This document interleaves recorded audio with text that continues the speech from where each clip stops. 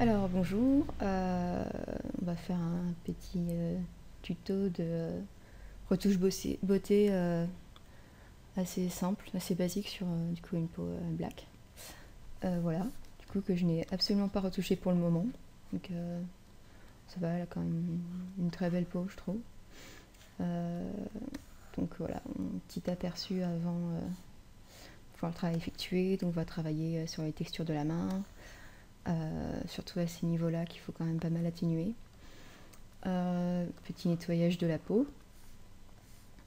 Éventuellement voir ce qu'on peut faire au niveau des cheveux qui traînent, etc. Donc pour commencer, je fais un petit layer qui s'appelle nettoyage. Ensuite j'en ai fait un qui s'appelle TP, ce sera pour tampon.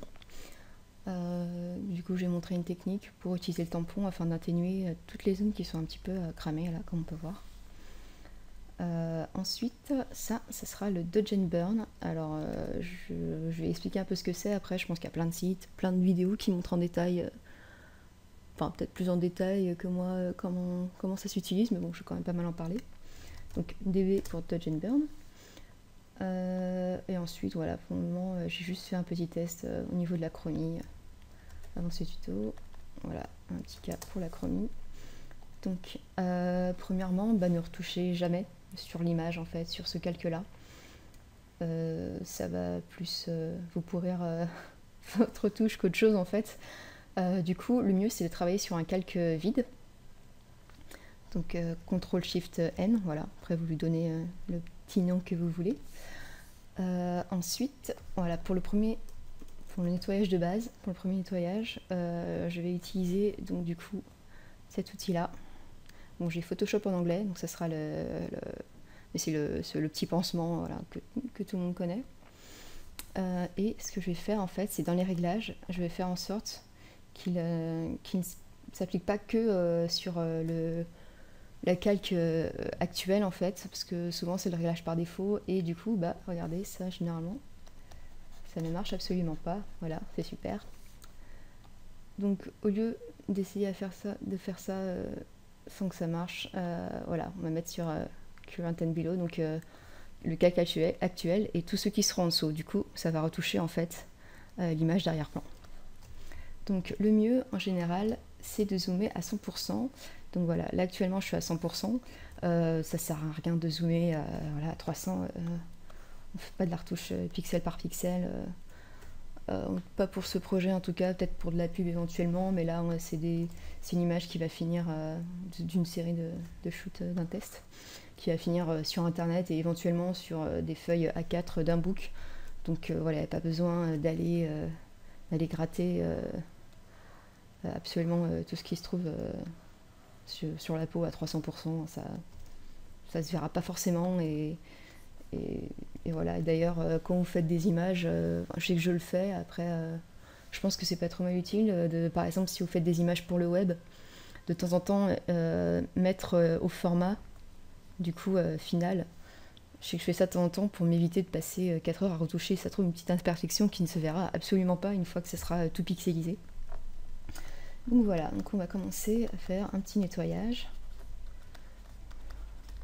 Donc pour travailler, j'utilise une tablette, hein, j'ai une Wacom. Je ne sais pas si on a le droit de citer des marques sur YouTube, mais bon, c'est pas la télé. Hein. Voilà, on peut aller assez rapidement.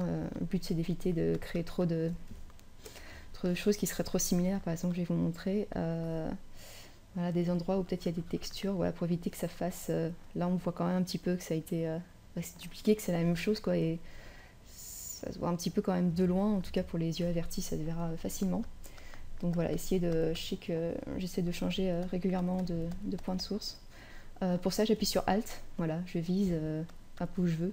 J'essaie après de prendre en compte les taches de lumière qui sont là, les endroits où il y a plus de texture sur la peau. Par exemple, là, généralement au niveau des cernes, il y a beaucoup moins de texture. Du coup, bah, c'est clair que je vais pas les piocher là pour essayer de retoucher là. Hein.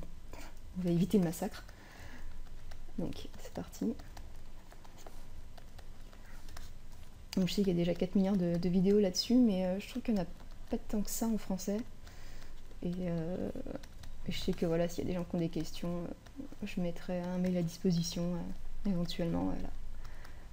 Toute question, avis sur des retouches. Ouh, c'était moche.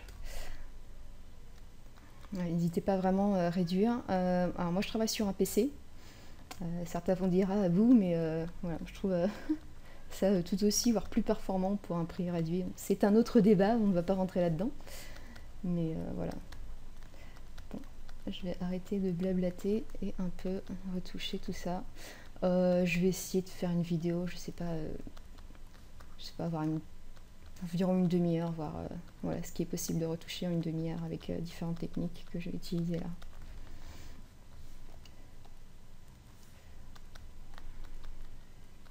Faut pas hésiter des fois à dézoomer un peu, parce qu'il y a des choses qu'on voit, par exemple,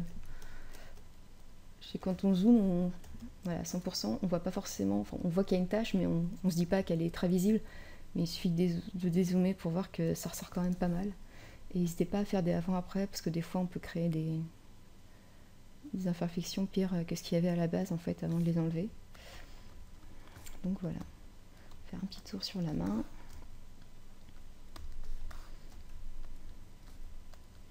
J'en profite pour remercier Maud, donc, qui est sur la photo que j'ai prise hier. Voilà, pour avoir accepté que j'utilise cette photo pour un petit tutoriel. Je retouche un petit peu éventuellement des petits cheveux, des petits poils. Après, je montrerai une autre technique pour tout ce qui est comme ça, parce que c'est vrai que si on retouche, voilà, souvent ça fait un peu des taches. Une petite technique de tampon. Pas le tampon classique, mais une sorte de tampon un petit peu modifié dans les réglages pour faire des choses un petit peu plus propres. Faut pas hésiter à réduire vraiment le tampon pour utiliser. Faut aller dans les petites zones et bien utiliser l'outil.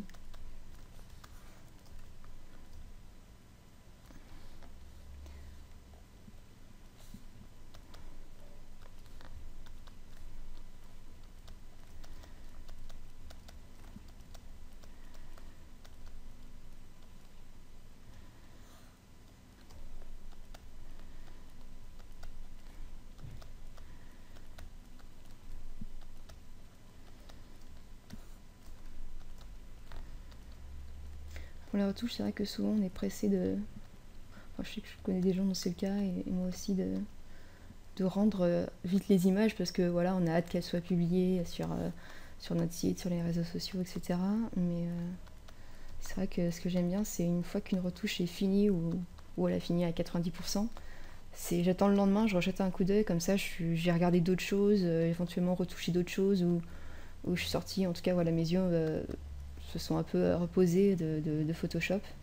Et du coup, c'est vrai que c'est pas mal des fois de revenir avec un œil un peu neuf, quitte à voilà, attendre un peu plus avant de rendre. Donc quand c'est pas pour des boulots, bon, que vous pouvez le faire, ça peut être pas mal. Je sais que pas mal de gens font ça, notamment je connaissais qui faisaient ça au niveau du graphisme et du web design. Voilà, ça permet un peu de revenir avec un œil neuf et de se dire mais waouh quoi, pourquoi j'ai fait ça, ou ah non c'est pas trop mal, j'aurais peut-être modifié ça, et voilà, ça permet peut-être au final d'avoir une meilleure image avec un petit peu de patience en plus.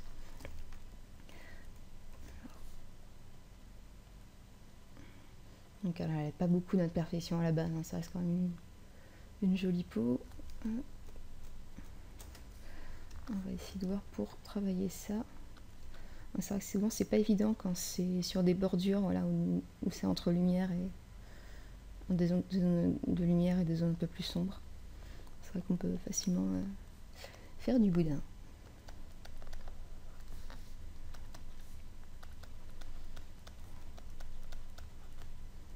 Regardez tous les petits points là que j'ai fait, c'était très moche. Faut pas hésiter à revenir et se dire qu'on a fait des erreurs, et personne n'est derrière nous en train de nous juger quand on est en train de retoucher, donc faut vraiment pas hésiter à être critique avec soi-même. Ça ne permet que d'avancer. Bon, je continue encore un peu le nettoyage. Après voilà, le but c'est de montrer un peu le principe. Alors oui, pour ce genre de choses, voilà, veillez à essayer de bien mettre le repère un peu sur le même endroit, et après voir voilà, avec le petit aperçu de la broche, voir que ce soit... c'est pas très bien fait, que ça reste cohérent un peu avec la forme du nez. Je sais qu'en général, après, voilà, pour ce genre de choses, par exemple, si je vais retoucher là, bah, grosse tache. Du coup, je vais prendre le tampon, donc S. Donc voilà, c'est un réglage comme ça. Je mets quelque chose d'assez faible. Je vais aller sur 5 et je vais positionner à côté et voilà, essayer d'un peu de rattraper ça. Parce qu'avec le pansement au petit correcteur, c'est vrai que quand il y a des bordures ou des gros contrastes, très souvent, bah, ça fait des taches, quoi. Comme si j'essaye voilà, de toucher ça. Ça fait quand même une petite tache. Ça passe, mais ça fait quand même une tache. C'est vrai que c'est mieux dans des zones un petit peu plus homogènes, en général. Et ce qui est bien, c'est que ça garde quand même de la texture. Par rapport aux retouches qui ne sont faites qu'avec le tampon, ou même si ça peut avoir un peu son effet au niveau du nettoyage, c'est vrai que rapidement ça floute, on perd du détail et bah, ça fait un peu poupée Barbie au final. Bon, sauf si après c'est vraiment un parti pris comme peut le faire par exemple l'artiste Oleg Dou, qui je pense doit pas mal utiliser le tampon, mais après voilà, c'est vraiment sa direction et ça va avec ce qu'il veut faire et ça fait un ensemble très cohérent. Tandis que si vous faites ça pour une retouche, on va dire pour un projet un peu standard, donc un shoot mode, quelque chose de perso, du test, etc., c'est vrai que ça va pas forcément bien passer et le rendu sera pas top. Donc par exemple, quand j'ai des endroits comme ça où je sais que j'ai plusieurs lignes comme ça qui partent, je sais que j'essaie de me placer un petit peu sur cette zone-là, repasser et voilà, pour essayer de garder la cohérence en fait dans les traits du visage.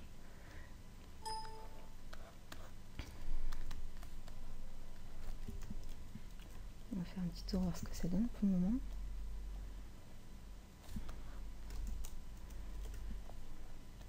Alors, je vais montrer une petite technique aussi qui peut permettre de voir des choses. Ça peut être utilisé aussi bien en beauté qu'en nature morte, ou surtout beauté nature morte, on va dire. Pour le moment, j'ai pas eu trop l'occasion d'utiliser autre part. C'est la courbe psy. Donc, on va prendre une courbe, on va juste un peu la défoncer en fait. On va lui faire voilà, un M ou un W en général, ça dépend. Je sais que ça dépend du type d'image, si c'est plus ou moins lumineux, sombre ou contrasté.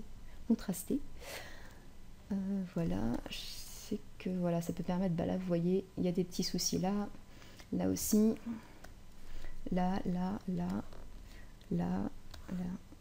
On voit, bon ça je l'avais vu, mais ça permet de faire apparaître surtout des taches de capteur, que mon capteur est extrêmement sale, mon mur aussi, voilà. Donc du coup, voilà, ce sera utile pour retoucher. Voilà, ça se voit, celui-là se voit, mais les autres c'est vrai que ce sont un petit peu plus discrets. Et bon, même si voilà, sur le net, par exemple, si les images ne vont que sur le net, ça se verra pas forcément, faites-le au moins pour vous-même. Respectez vos images, ou celles des autres si vous retouchez pour d'autres personnes, parce que ça peut faire la différence.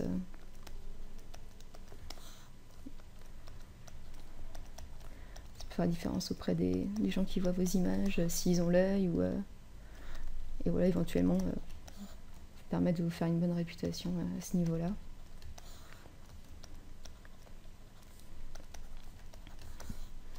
Que ça part facilement. Petite tâche.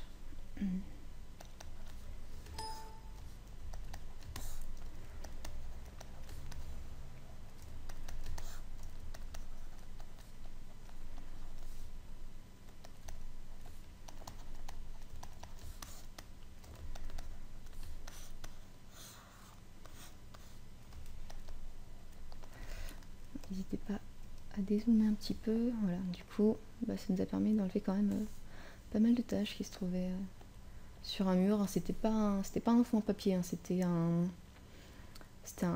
mur blanc standard d'appartement. Mais du coup, voilà, de la manière dont j'ai dirigé la lumière, comme la lumière ne tape pas directement dessus, ça faisait un mur, une sorte de gris,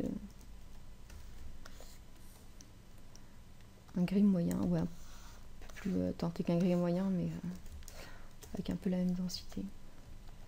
Bon, toucher un petit peu les cheveux, après il faut faire gaffe avec petit correcteur, c'est vrai que rapidement, voilà, comme ça fait des taches en fait. Regardez, si j'essaie là, ouais, ça fait quand même des taches. Et on va éviter d'en faire trop.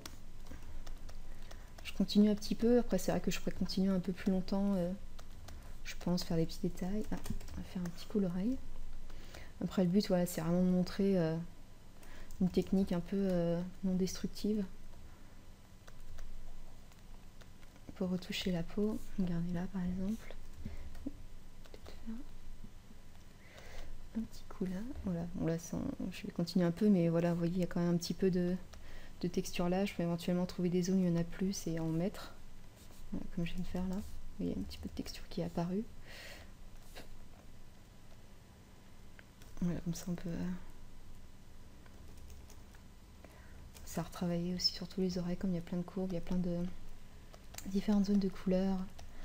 Il faut être un petit peu plus minutieux dans ce genre de zone. C'est vrai que souvent aussi il y a des petits points noirs dans les oreilles, bon on en a tous. Mais voilà, dans des portraits où ça peut se voir, faut pas hésiter à faire un petit coup sur les oreilles. Voilà, même les trous de boucle d'oreille, ou quand il n'y a pas de boucle d'oreille, ben autant les enlever. Souvent, après, ça dépend de votre goût, de votre manière de voir les choses.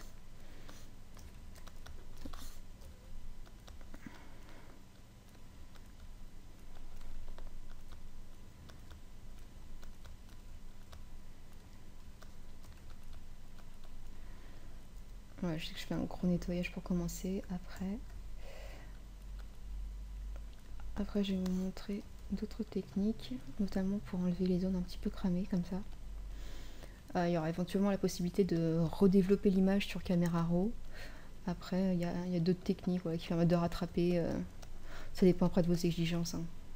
Comme j'ai dit, voilà, je montre vraiment des techniques. Je vais pas vous montrer toute la retouche de A à Z, que ça prend du temps. Et je fais ça souvent en plusieurs fois et avec toutes les images du shoot ensemble pour voilà, que je retouche exactement les mêmes choses. Surtout que j'ai plusieurs... les autres images de cette série sont vraiment du même type de cadrage, quoi, assez proche. Du coup, j'essaie d'enlever un peu les mêmes imperfections à chaque fois. Je sais pas si la différence se verrait vraiment si je le faisais pas, mais voilà, que je me dise pas tiens, j'ai enlevé ce petit souci de peau à cette image là et celle-là non. Du coup, bah, si on les met à côté, si on regarde un petit peu, ça se voit, quoi. Je préfère faire un peu attention. Ouais, donc au niveau des lèvres, ça va, il y a quand même plutôt rien à retoucher. Un petit coup sur les petites taches de la main. Des petits creux un petit peu trop prononcés. Je vais me permettre de faire voilà, ce genre de choses aussi. Que ça reste dans le prolongement, ça reste cohérent.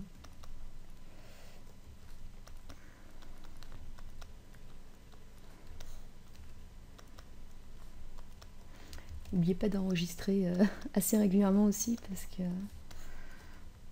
surtout pour le nettoyage, c'est vraiment le petit côté un peu fatigant à refaire si l'enregistrement foire, ou si sans faire exprès votre ordinateur s'éteint, ou si vous êtes un portable, si vous n'avez plus de batterie. Ça, c'est vraiment le truc un peu long à refaire, et on n'a pas toujours envie de le refaire tout de suite. Pour le coup, c'est un peu énervant. Ok, ça commence à être pas trop mal.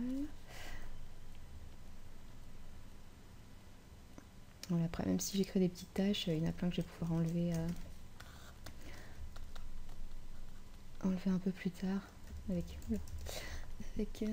d'autres techniques.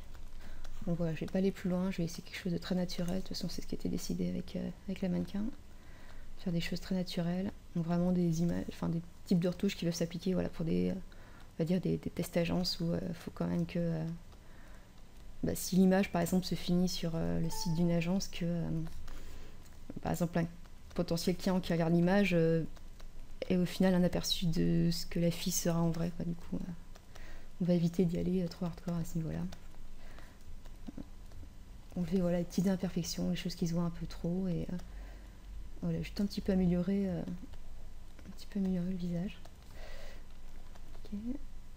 Pas oublier de faire un petit coup sur des fois les petits sourcils comme ça qui traînent. Pour le coup, n'hésitez pas à zoomer quand il y a vraiment des choses fines comme ça. C'est pas forcément toujours évident pour les retoucher. Par exemple, les gens qui ont des toutes petites paupières, c'est vrai qu'entre les cils et les sourcils, il n'y a pas toujours de la place. Et c'est pas toujours évident de recréer un peu de la texture.